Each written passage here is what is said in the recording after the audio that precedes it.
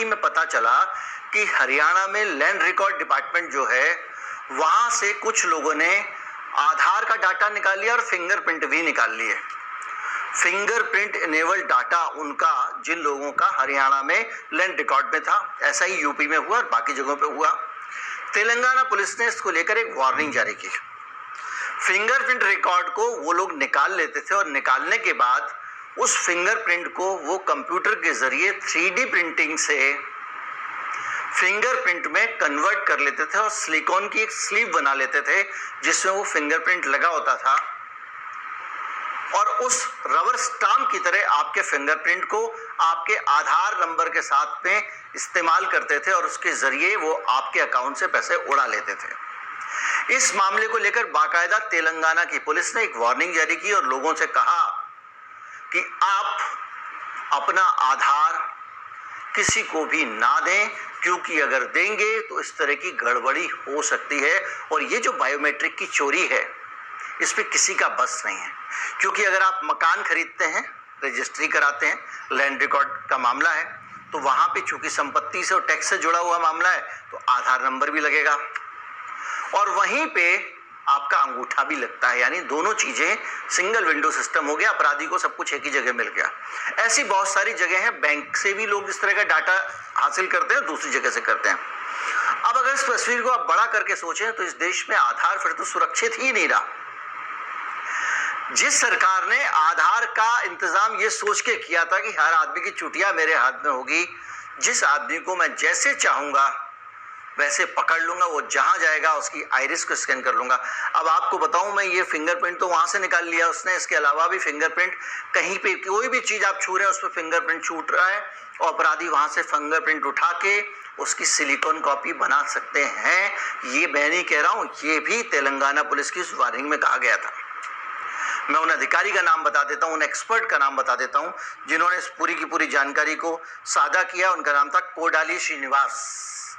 उन्होंने कहा कि क्रिमिनल्स ने the criminals has stolen biometric data including thumbprints from Haryana's land record website, सरकार की वेबसाइट से। और ये लेके इसके अलावा जो है वो कई जगहों पे सिमिलर केसेस आए हैं, जिसमें झारखंड और उत्तर प्रदेश का भी मामला है। अब आप सोचिए कि जो पूरा का पूरा एक साथ जो किला था, ताश के पत्तों का महल था आधार का, उसकी सिक्योरिटी का, वो जमीन पे गिरता हुआ दिखाई देता। और जब आधार इतना सुरक्षित है, मैं उन चीजों पे नहीं जा रहा हूं कि ये जो फिंगरप्रिंट निकाल के पैसे चुरा रहे हैं तो बहुत छोटी चीज है। हमारे पास में उदाहरण है, ये आरोप लगा था कि इस देश में टॉप जो एजेंसीज हैं, ईडी और सीबीआई के ऊपर आरोप लगे थे कि उन्होंने कुछ लोगों को फंसाने के लिए, अरवन नक्सल का मामला बनाने के लिए पेगासस में जाके बैक डेट में एक ऐसा लेटर उनके लैपटॉप में प्लांट किया था जिस लेटर में लिखा गया था कि वो प्रधानमंत्री की हत्या करना चाहते हैं, और उसी सबूत के आधार पर वो सब जेल में पड़े हुए हैं। और वो लेटर भी हैंडराइटिंग का नहीं था, एक टाइपिंग की हुई कॉपी थी, और वो उनके कंप्यूटर में बैक डेट में प्लांट कर दी गई, ऐसा आरोप लगा था।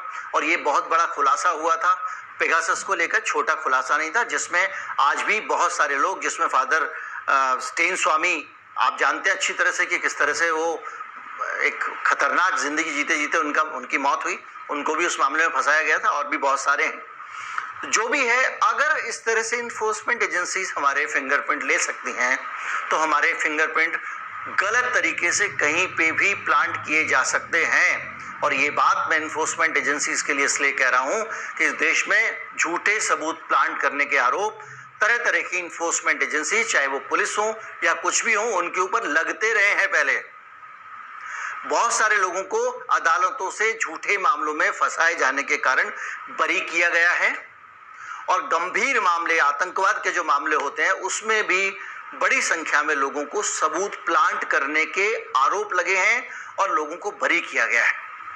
तो इन्फोर्समेंट एजेंसी की जो नीयत है, ये टिप्पणी मेरी उस पे है, वो गड़बड़ भी हो सकती है। एक इन्वेस्टिगेटिव ऑफिसर की जो हरकत है वो गड़बड़ भी हो सकती है। ये क्राइम के रिपोर्टर थे, बहुत बड़े, बहुत पुराने और बहुत घिसे हुए, जो पुलिस वालों के बहुत नज़दीक संपर्क में रहते थे। उन्होंने मुझे, अब तो वो दुनिया में नहीं है, उन्होंने मुझे बताया था कि पुलिस वाले किस तरह से लोगों के अंदर से वही गोली बरामद करा देते हैं लाश के अंदर से, जो पिस्तौल किसी दूसरे के पास में बरामद की गई है।